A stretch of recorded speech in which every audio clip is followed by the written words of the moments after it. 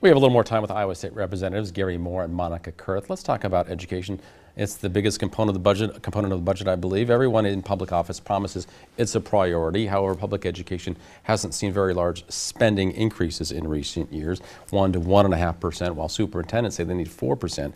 Another idea being floated is extending the 1-cent sales tax for school infrastructure. It's on schedule to last for another decade. Supporters want to keep it in place until 2050. I guess what's going to work this time? Representative Kurth, do you have any thoughts on this? We certainly need to recertify or extend the 1% sales tax.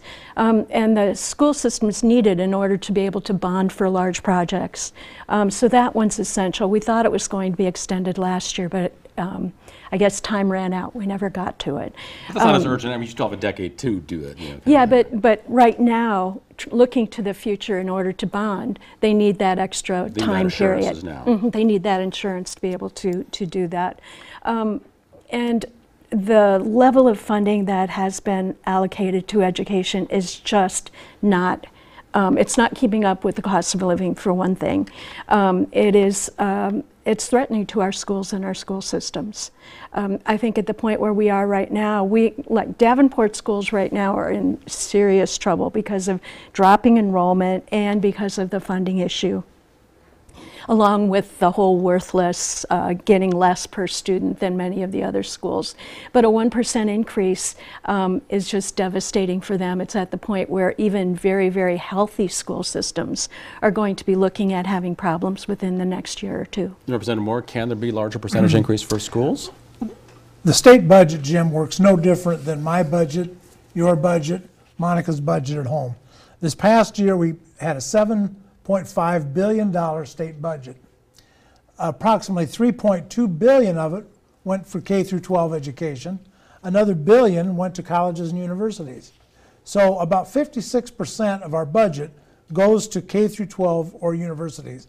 Sure, we can increase that spending, but then it's going to have to come from Medicaid, or it's going to have to come from public safety, or it's going to have to come from the courts. Infrastructure, roads, something. Absolutely. There's only so many dollars there. And it sounds good to give a 4% increase to education. I'd love to be able to do it.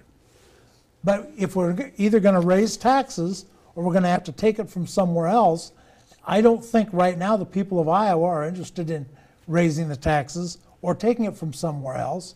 Now, if our budget increases every year, this coming year, which I expect it will, I hope we can spend more of that on K through 12 and university education. Let me float it another way, because Iowa used to boast having the best public schools in the country. Forbes magazine now puts Iowa at 16th. Illinois, by comparison, is 21st. And we know how much Iowa likes to make fun of Illinois. I don't know if they can do it as much as they used to in this area. I guess what can be done to restore Iowa to that upper echelon? Representative Moore? Well, if it's not more money, what is it? Yeah, well, we are #1 for high school graduation rates in the country. And who knows what next year or the 2 years from now, I don't know what income the state's going to have. I think we will do what we can do, but I think, and that's what the people of Iowa expect of us, but not to rob Peter to pay Paul. And again, education is our #1 priority. 56% of our budget goes to that. We will continue to make education our #1 priority. What can restore to that upper echelon? I think more money is absolutely essential. Also right now we have a teacher shortage, and we also may have additional teacher problems refilling positions because of the Chapter 20 bargaining rights that were taken away. Many of the schools had the foresight to pass multi-year contracts. Those contracts are going to be expiring. We've seen so far that there's some tendency for administration to take a lot of bargaining rights away from the teachers, and I'm concerned about that. We also have Minnesota, for instance, advertising to our teachers, come here, we pay better. we'll give you more rights, more benefits, and we'll let you bargain. I think that's going to be a draw for a lot of people. I've heard of people talking about fleeing the state. You're leading right into my next question, because Illinois is doing more to try to attract teachers by taking those different steps, loosening licensing rules. They could mandatorily increase pay. That hasn't been finalized yet. And we did see what Iowa did in terms of collecting bargaining rights. So how important is it to make teaching more desirable? What can be done regarding that? And is there the political will for that? I guess that's the biggest thing in Iowa. Is there the political will? On our side of the fence, there certainly is. In the bipartisan area, though, is that an area where Republicans are going to jump on? I think there'll be an opportunity to have discussions. I don't think the public collective bargaining is a negotiable item in Iowa.